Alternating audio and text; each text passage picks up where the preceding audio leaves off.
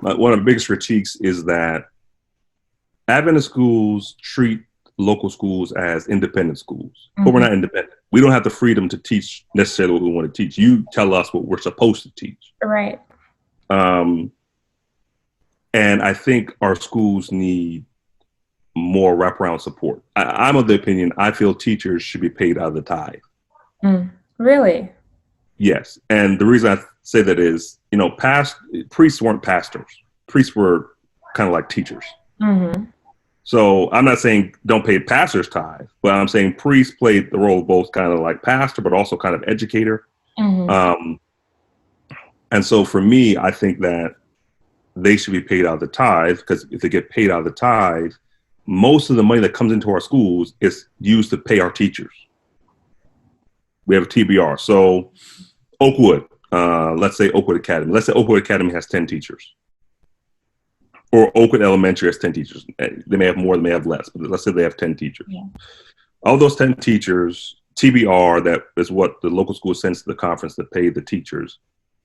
In Atlanta, it's like $4,000 a teacher. Hmm. Okay. So it's about $4,000 a teacher. That means each month you're sending in about $40,000 to the conference. If you go a 10-month schedule, that's $400,000 you're sending out of the local school into the conference to pay your teachers. Wow. Now, if the local tithe paid the teacher, you now have $400,000 coming into your school to take care of capital campaigns, to make sure that you have, if you feel like you need a school counselor, you pay for a school counselor. If you feel as if you need to build a gymnasium, you can build a gymnasium. If you want to add an IB program, a National Baccalaureate program, you could add that. And so for me, it's about resources. And so what you'll see is the reason why white Adventist schools are able to pay for stuff. So I pulled some data from the 2016, 2017 school year, or it might be 15, 16, one of the two. And what I found is that Black students make up about 25% of students who attend white Adventist schools, whereas white students make up less than 1% of those who attend Black schools Yeah. or regional conference schools. Right. And so we're pouring money into their institutions, Different system. and they don't care about putting money into our institutions. Hmm. But the reality is the white dollar goes longer in America and globally because of white privilege. And so they have more money, more resources, more opportunity. And so when I pulled this data, right, I found that you had schools with 4 students in white institutions, in white church schools. Whereas Black schools, most of our schools were in major metropolis areas because there's more financial capital, there's more opportunity to fund it. Hmm. But imagine how the disparity even heightened in an urban area, in a metropolitan area, where there's a lot of wealthy white Adventists, and they're able to build a gymnasium, they're able to build a lot of these things, where we're taking 10 years to get some of these projects done. Right. They can knock that out in 2 to 5 years. Yeah. Yeah. Okay. That's interesting. Yeah. Yeah, it just makes me think about that argument that's going on right now with unifying conferences in the Yeah. Adventist community. Oh, state and regional conferences? Yeah. Yeah.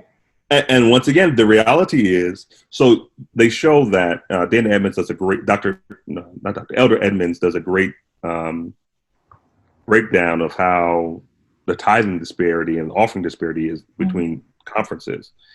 Georgia Cumberland makes up a third of South Atlantic, but they're tithing more than we are. Right. The reality is, for me, a couple of things. One, we have a lot of affluent African Americans. Mm-hmm. We have a lot of Afro-Caribbeans who may not understand the context of race here in the Adventist system. That's a whole nother conversation. Yeah. Yeah. who go to their institutions, who fund their institutions, who back their institutions, and then talk about us in the regional space like we're like dogs. Right. And the reality is, our money here could do more if we would just support and get behind and help and assist. So I know for me, someone that grew up in a Black Adventist school, um, with parents that understood that there might be some gaps Sure. here and there with the education, just because, like you're saying, we don't have the resources that other groups have. They did make an effort with me where I would have to, and I hated it at the time, but every summer I was working, I was studying for the year ahead so that Yeah. I was prepared and they would fill in those gaps for me. Yeah. But Yeah. I understand, I mean, they're both professors, but not Yeah. everyone has parents that understand that. So, what would your advice be to parents to make sure that their kids are getting that full-fledged education that they don't feel that they might be able to get with the Black school? So I'm gonna give a two-pronged answer. One, I would say if you're sending your student to Adventist school and you're concerned about gaps, first analyze the reality of the perceived gaps. Mm-hmm. What I mean by that is what I've noticed here in Charlotte and other cities. Education is important, schooling is important, but what I've realized is we have brilliance in some of our institutions that is far greater than the brilliance found in some of these elite private schools. Mm-hmm. But what's happening in these elite private schools is social capital building, network building, so that it's not that the kid is smarter, not that the kid is better prepared. It's that kid who's getting this education is being bathed in privilege that's going to open doors when he finishes college, get that job that you who went to Oakwood and Adventist schools are more prepared for, more qualified for, and more capable of, but they have that network. And you know But what? two, Sorry, go hmm? ahead. Go ahead. but two, I would say that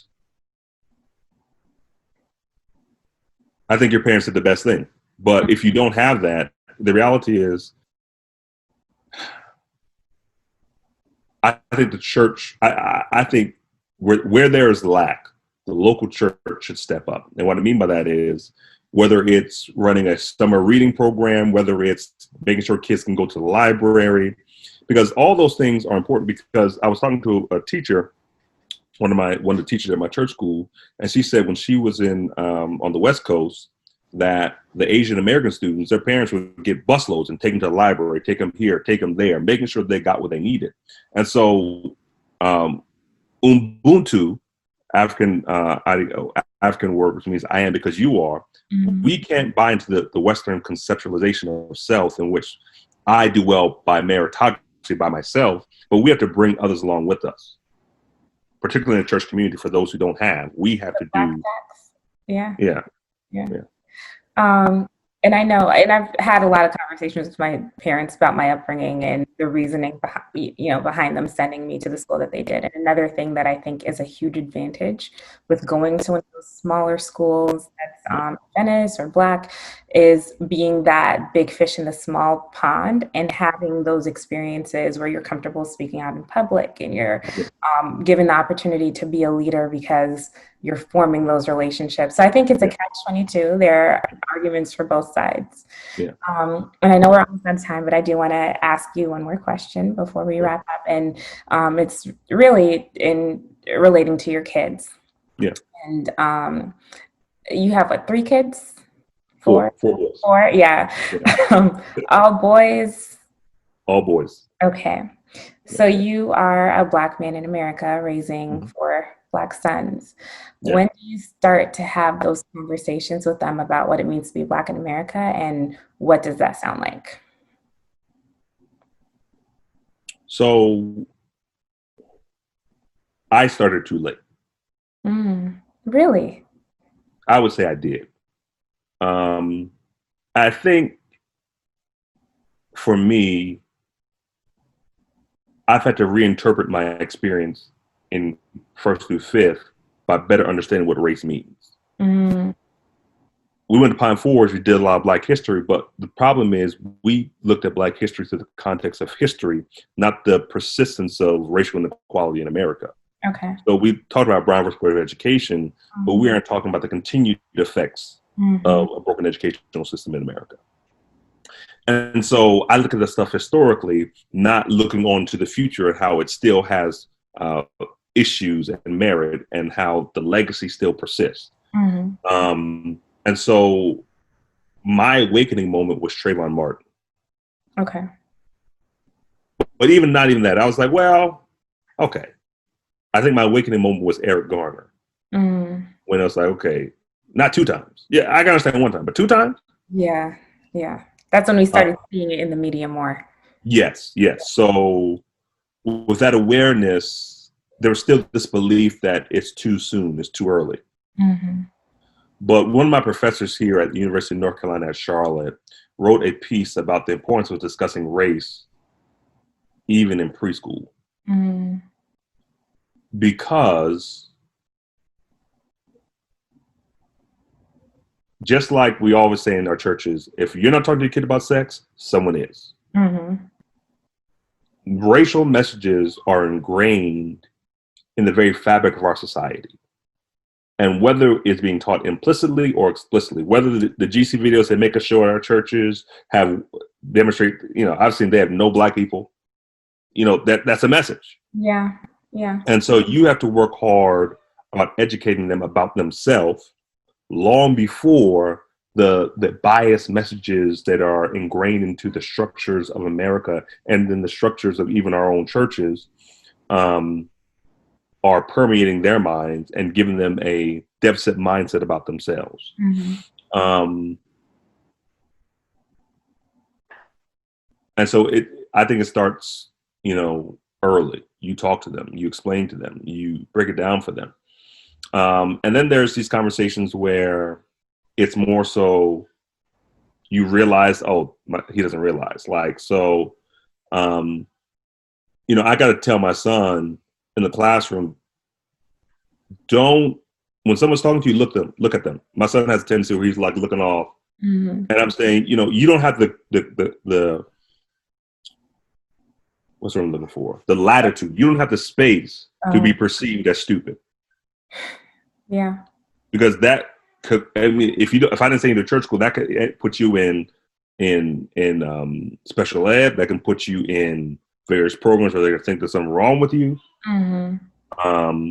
And so I think starting as early as preschool, but I think you layer what you teach. Mm-hmm. I wouldn't talk about racial violence at 4 years old, but there are, as long as we're in America, there are going to be opportunities to talk about a black man getting killed unarmed by the police or by a white vigilante. Sure. And you can't let those moments go by trying to protect them and shield them and not show them what's going on. Mm-hmm. You got to start that there. And there are books that talk about these situations, like kid-friendly books that help you have the dialogues with your children, stuff like that. So I started too late.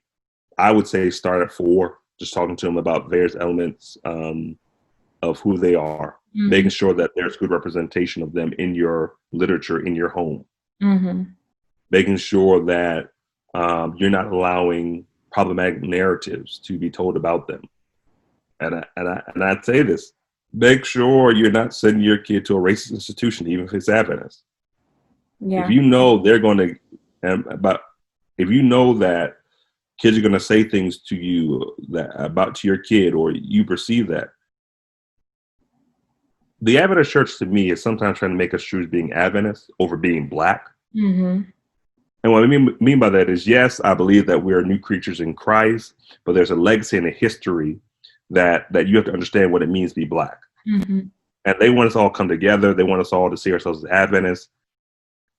But you don't treat me that way. Mm-hmm. And then in society, I'm not going to be treated that way. So I have to understand that before someone sees and recognizes I'm Adventist, they're going to recognize you as being black. As being black, yeah, that's true. That's reality. Yeah. An Adventist cop could kill you in the street because he's not going to know you're Adventist. He's going to know you're black. There's no badge you wear. There's nothing on your skin that says, "Hey, I'm that too." Cool. Okay. Thank you. Thank you.